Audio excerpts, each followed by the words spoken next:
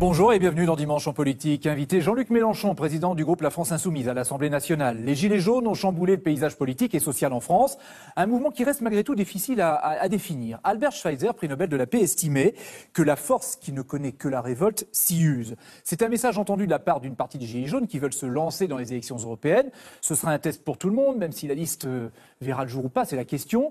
Et malgré la contestation, le gouvernement, lui, ne veut pas changer d'agenda. On va en parler avec Jean-Luc Mélenchon. Bonjour. Bonjour, bonjour. Merci d'être avec nous ce midi. Albert Schweitzer, comme spécialiste des révolutions citoyennes, il fallait le trouver. Prix Nobel de la paix. Alors, s'il est prix Nobel de la paix... On revient sur l'acte 11 des Gilets jaunes hier. 69 000 manifestants selon le ministère de l'Intérieur, malgré le grand débat national qui commence à essaimer partout en France.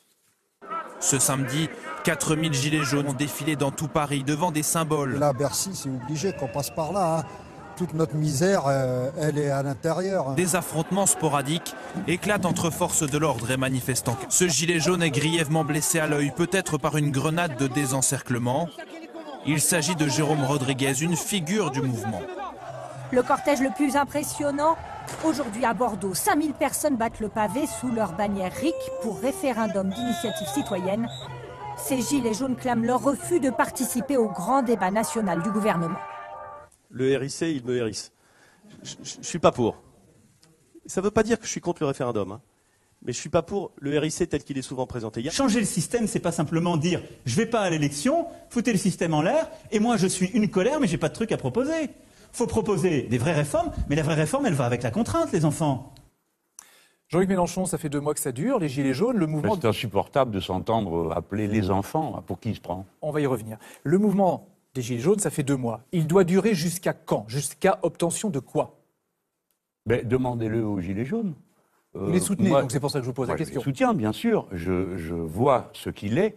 Je trouve ça formidable. C'est une sorte d'insurrection citoyenne contre la généralisation d'une société d'égoïsme, de cruauté, d'abandon des populations. C'est formidable. C'est dans le monde entier que le phénomène commençait à s'observer. Et en France, il a surgi avec une force particulière. C'est le plus long mouvement populaire qu'on ait connu depuis la Libération et le plus violemment réprimé depuis plus de 60 ans. Donc nous sommes dans un moment d'histoire de France. Donc ça peut continuer. Pour vous, ça peut continuer jusqu'à 1 an, 2 ans, je ne sais pas, moi, la série. Ne soyez pas ridicule, monsieur Le Tellier, parce qu'on vous estime.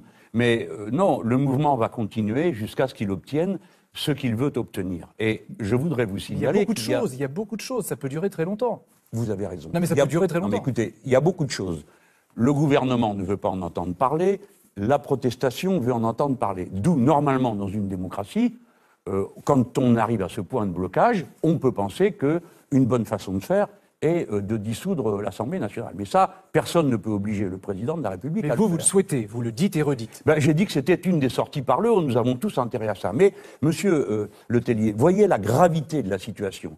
Si le président de la République éprouve le besoin d'organiser un grand débat, ça veut dire qu'aucune de nos institutions démocratiques n'est en capacité de prendre en compte le blocage qu'il y a dans le pays. Ça veut dire que la République que nous avons aujourd'hui, la Ve République telle qu'elle est devenue un facteur de crise puisqu'elle bloque l'expression populaire. Puisque vous parlez du débat à autre chose et donc que le peuple lui-même définisse la règle du jeu. C'est ma position depuis longtemps. Oui, la Ve République. Et je suis heureux de voir que avec le référendum d'initiative citoyenne, on retrouve quelque chose que j'ai défendu dans la présidentielle. On va parler des violences d'hier encore. Dès hier soir, vous avez réagi après la blessure à l'œil suite à un tir de lanceur de balle de défense de Jérôme Rodriguez.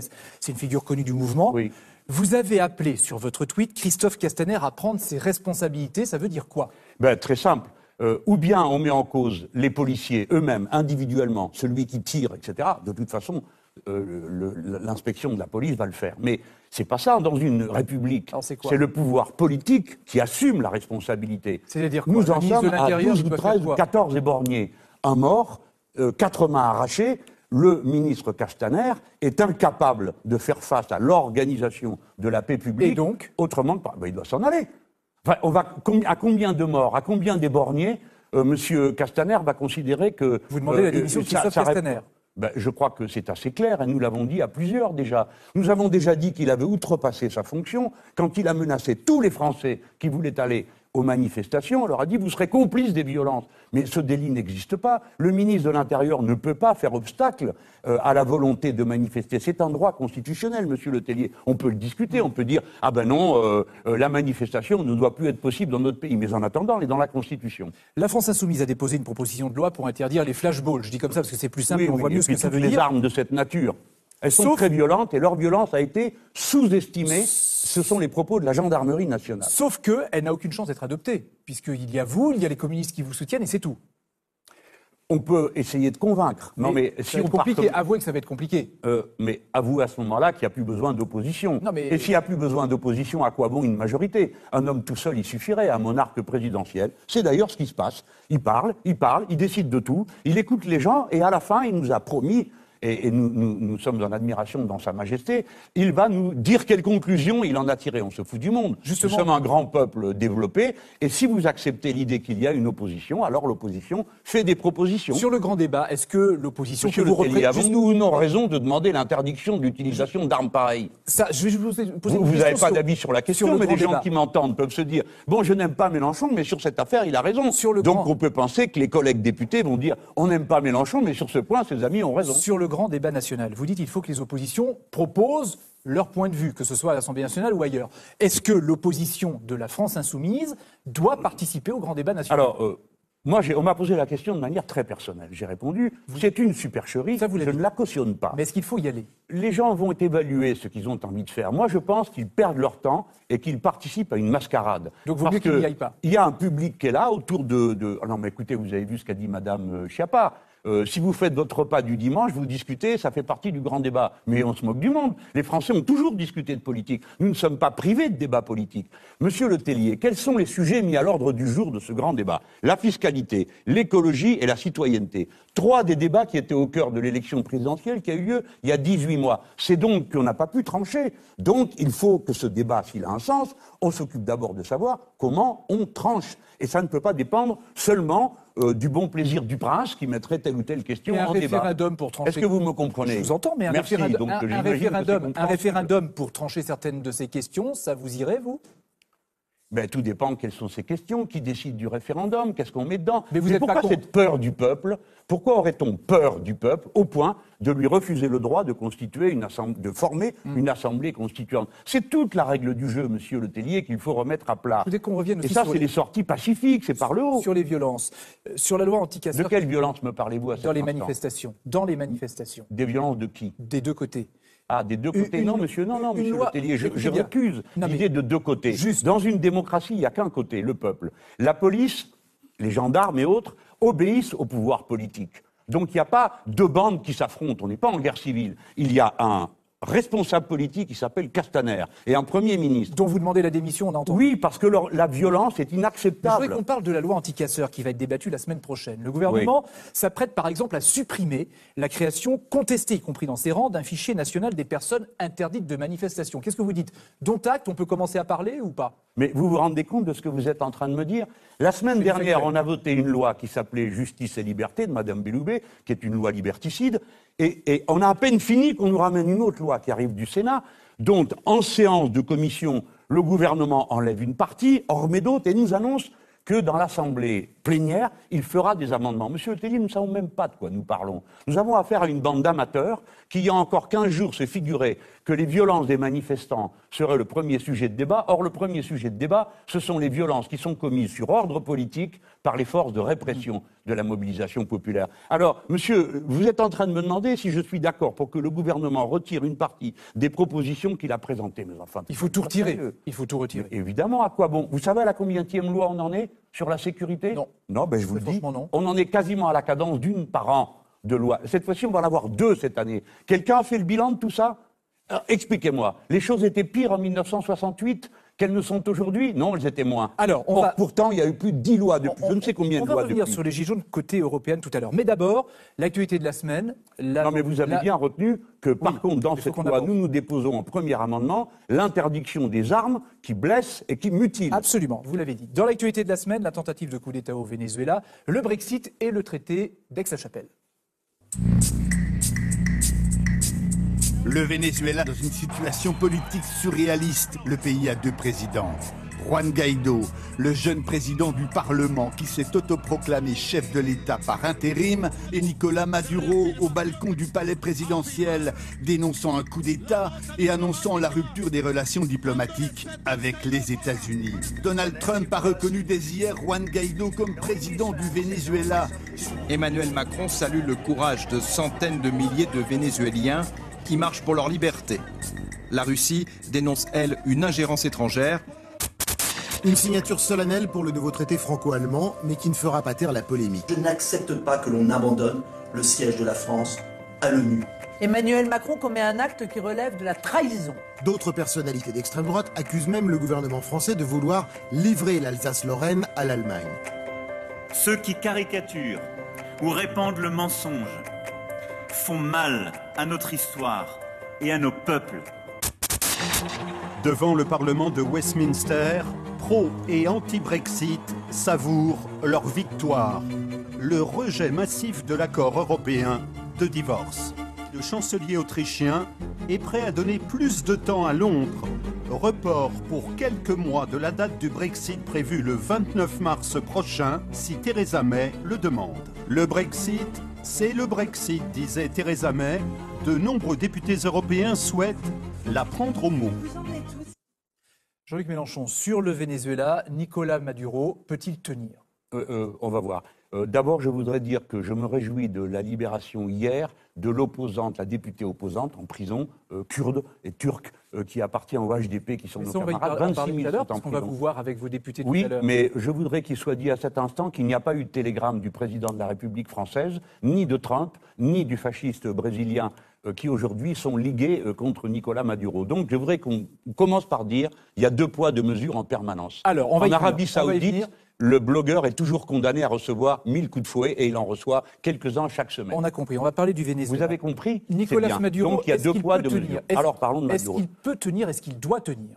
Moi j'espère qu'il le tienne et je trouve extraordinaire que le président français, qui ne veut pas dissoudre dans son pays alors qu'il a une manifestation toutes les semaines et qu'il a déjà mutilé 13 personnes, veuille une dissolution chez son voisin vénézuélien. Vous faites le parallèle entre la France et le Venezuela, sous-entendu ? Non, c'est parce que ça s'est fait au Conseil de sécurité de l'ONU. Vous savez, ils n'ont pas pu prendre de décision parce que personne n'était d'accord pour tout d'un coup s'ingérer dans le Venezuela. Voyez-vous, le Venezuela a une malédiction, 2 malédictions. La première, c'est que c'est la première réserve de pétrole du monde et que 18% de ce qui sort des pompes à essence des États-Unis vient du Venezuela. Donc la volonté de contrôle est là. La deuxième, c'est qu'il y a un gouvernement qui a décidé de partager la rente pétrolière avec les pauvres. Or, la rente pétrolière est passée de $100 le baril à 35. Mais est-ce que la malédiction aujourd'hui, c'est pas Nicolás Maduro ? Je pense que ça, c'est aux Vénézuéliens de le dire. Mais comment s'il n'y a pas d'élection, comment le font-ils ? Eh bien voilà. Mais il y a des élections. Il y a eu des élections il y a 1 an. Mais l'Union européenne dit qu'elles n'ont pas été transparentes. Et l'Union européenne demande de nouvelles élections transparentes. C'est ce que demande Juan Guaidó aussi. Alors écoutez, d'abord, ce jeune homme d'extrême droite qui est là est le président. Membre de l'Internationale socialiste, son parti. Oui, oui. En Amérique latine, les choses les plus incroyables se voient. J'y viens. Ce monsieur est président de l'Assemblée nationale du Venezuela. C'est à ce titre qu'il prétend être président. On est d'accord ? C'est le cas. L'Assemblée nationale du Venezuela est dominée par l'opposition. Donc, la proposition que fait l'Union européenne, c'est de dissoudre l'Assemblée nationale dominée par l'opposition, dont le président de cette Assemblée nationale prétend être le président du pays. Pardon, mais on n'y comprend rien, sinon une chose, la volonté de déstabiliser le Venezuela. Voilà ce que j'ai à dire. Moi, je ne connais pas les détails de la politique vénézuélienne.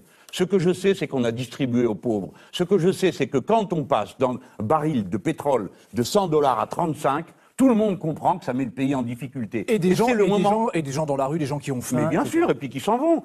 Mais est-ce que, imaginez ce qui se passerait en France si sur 390 milliards du budget de l'État, les 2/3 s'en allaient. Alors et qu'il resterait que 100 milliards. Et c'est le moment que les autres ont choisi pour faire un blocus économique. Imaginez-vous que ça nous arrive et que l'Allemagne et les pays de l'Est décident de mettre un blocus économique. Tout ça est absurde. Justement, puisque vous faites la comparaison, et puis on va s'arrêter là-dessus après, est-ce qu'il est possible pour vous, d'un côté, d'être du côté de la contestation en France et du côté du pouvoir légitime, on va dire, ou légitimiste au Venezuela ? Mais ça, bien sûr, c'est la même chose. Sauf qu'il y a non, mais moi, dans mon pays, je n'ai pas dit difficulté. qu'il fallait. Je ne me suis pas proclamé président de la République après la dernière manifestation des Gilets jaunes. Enfin, que je sache, c'est ce que vient de faire ce monsieur. Si vous trouvez que c'est un procédé normal, eh ben, dites-le à monsieur Drouet. Dites-le à tous ceux qui sont dans la rue, proclamez-vous président de la République. Je peux donc être dans mon pays engagé dans la contestation et être engagé du côté de ce que je crois être la légitimité et la légalité contre les États-Unis d'Amérique, qui sont une puissance barbare et envahissante,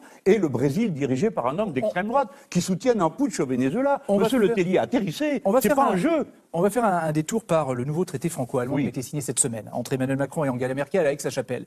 Et on a vu des gens comme Marine Le Pen ou Nicolas Dupont-Aignan dire c'est vendre l'Alsace et la Lorraine à l'Allemagne. Est-ce que vous faites le même constat, vous?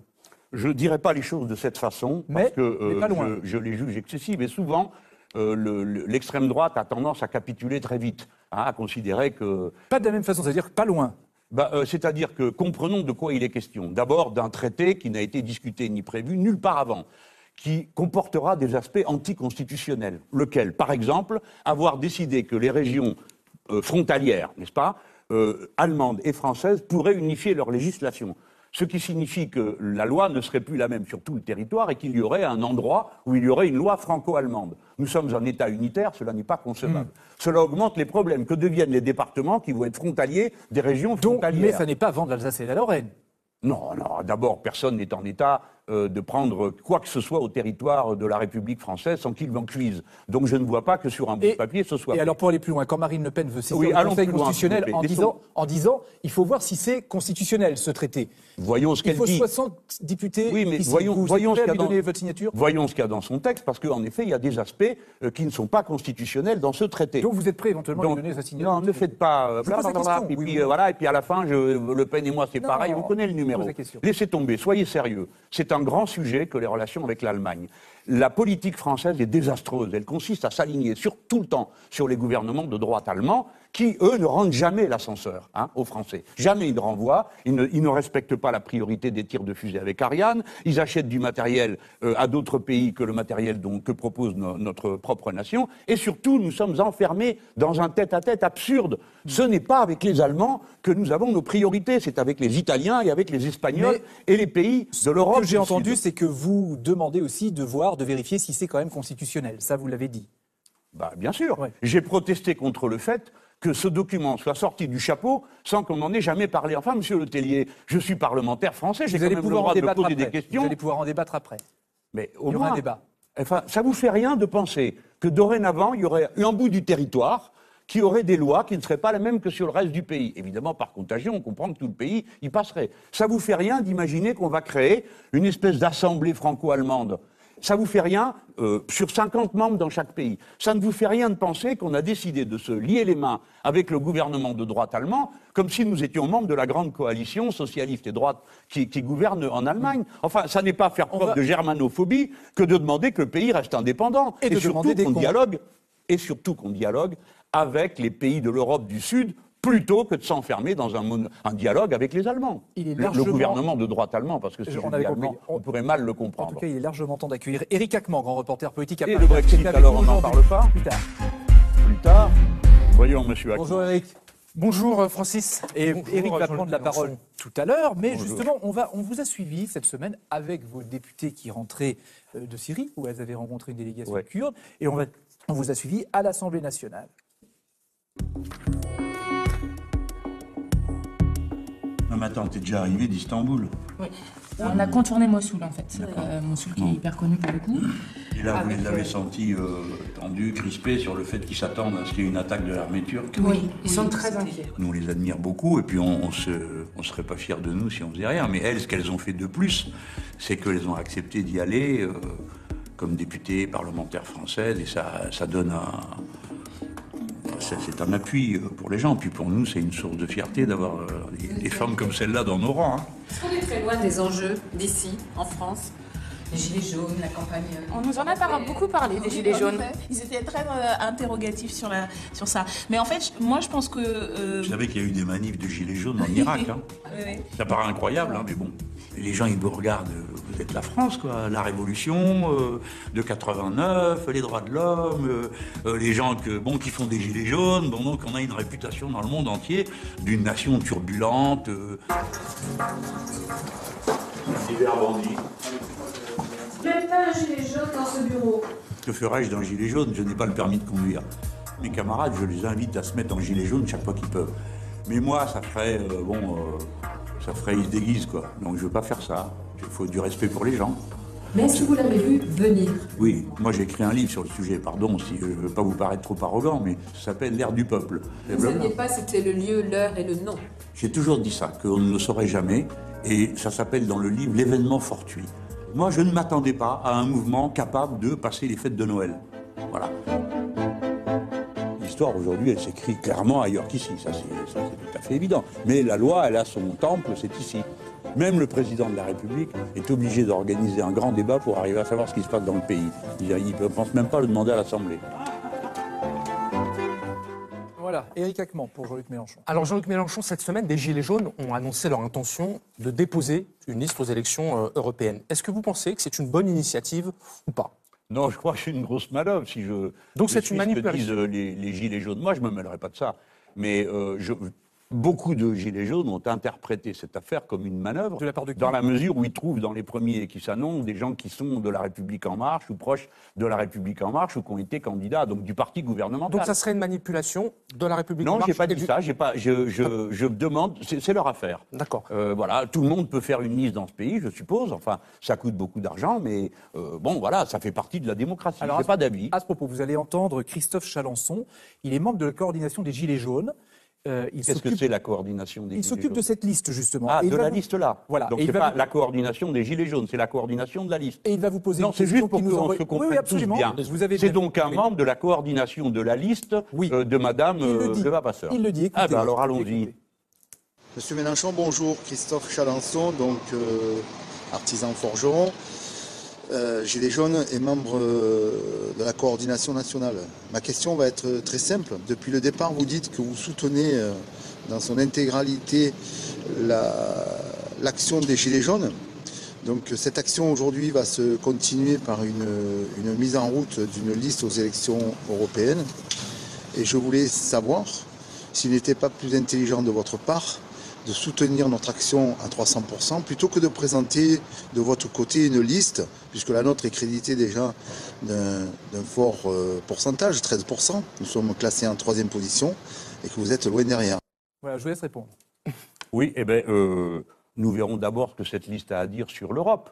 Hein. Donc, d'abord, commençons bien par rappeler, Monsieur Chalençon vient de dire membre de la coordination nationale des Gilets jaunes. Non, il n'y a pas de coordination nationale, de la coordination de cette liste. Et Monsieur Chalençon dit, eh bien, retirez-vous parce que dans les sondages, vous êtes derrière nous alors que vous prétendez être d'accord avec nous. Je suis d'accord sur un certain nombre de choses qui sont dans le mouvement des Gilets jaunes, mais je ne sais pas ce que sa liste va dire sur l'Europe. Vous attendez des clarifications sur l'Europe et sur quoi d'autre? J'attends de voir. Non, mais attendez, ne me prenez pas pour un perdreau de l'année. Monsieur Chalençon, que vous venez d'entendre parler, est un homme qui, en décembre dernier, estimait qu'il était nécessaire qu'il y ait en France un gouvernement provisoire de l'armée. Est-ce qu'il est nécessaire? Donc vous me demandez de prendre au sérieux un manipulateur de cette envergure. Pas question de vous retirer, voilà. C'était ça sa question. Non, mais il y a une liste, pardon, mais pas question de me retirer, mais qu'est-ce que c'est que cette histoire? Non, mais c'est une question. Il y a une liste des insoumis avec un programme, tout le monde peut le lire, être d'accord ou pas d'accord avec. Beaucoup de gens vont voter insoumis comme un référendum anti-Macron, beaucoup de gens vont voter insoumis à cause du contenu du programme. Juste avant, quand même, il y a le 5 février. Il y a un appel que vous partagez d'ailleurs à la grève générale qui est lancé par la CGT et qui est repris par un certain nombre de Gilets jaunes. Si j'ai bien compris, l'objectif, c'est d'obtenir la démission de Macron en bloquant le pays. C'est ça? Non, attendez, commençons par le début. D'abord, il y a le 5 février, vous l'avez relevé, c'est très bien, une possibilité qui se présente d'une convergence entre la bataille générale des Gilets jaunes, qui est d'une nature particulière, c'est une insurrection citoyenne populaire, et le mouvement syndical qui, dans ce pays, jusqu'à présent, sur le terrain, était présent dans la lutte Gilets jaunes, mais au sommet ne l'était pas. Donc c'est l'insurrection, mais est-ce que l'insurrection va jusqu'au blocage du pays pour obtenir la démission d'Emmanuel Macron. Ce n'est pas moi qui ai fixé les mots d'ordre. Ceux de la CGT ne sont pas la démission du président de la République. Ni le blocage du pays. Ni non plus que M. Drouet et les Gilets jaunes qui appellent à cette manifestation le demandent. Il s'agit d'une démonstration de force qui a pour objectif d'obtenir que les principales revendications du mouvement soient entendues, c'est-à-dire le partage des richesses avec notamment le rétablissement de l'ISF et l'augmentation du nombre des tranches d'impôts. Deuxièmement, le développement de la citoyenneté avec le référendum d'initiative citoyenne. Et pour ma part, j'y serai en tant qu'homme qui se bat pour qu'il y ait une assemblée constituante. On va parler des Européennes, quand même. Parce que ça nous amène à ça. Alors cette semaine, on a appris que certaines banques refusaient d'apporter des prêts à la liste présentée par les Insoumis. Est-ce que vous confirmez cette information et comment vous allez faire? D'abord, ce n'est pas que les Insoumis qui sont dans le collimateur. Le premier qui avait dénoncé cette situation, c'est M. Bayrou, qui avait d'ailleurs imaginé qu'on crée une banque publique pour prêter aux listes. Mais est-ce que c'est le gouvernement n'a pas voulu et a proposé un médiateur du crédit. Donc nous nous sommes tournés vers le médiateur du crédit quand on nous a dit on ne prêtera pas aux listes. Bon, depuis, disons que la conversation s'est assouplie et je ne désespère pas qu'on nous prête. Mais en toute hypothèse... Vous ne désespérez pas, donc c'est pas tout à fait... En toute hypothèse, il n'existe pas de cas où nous rentrons à la maison.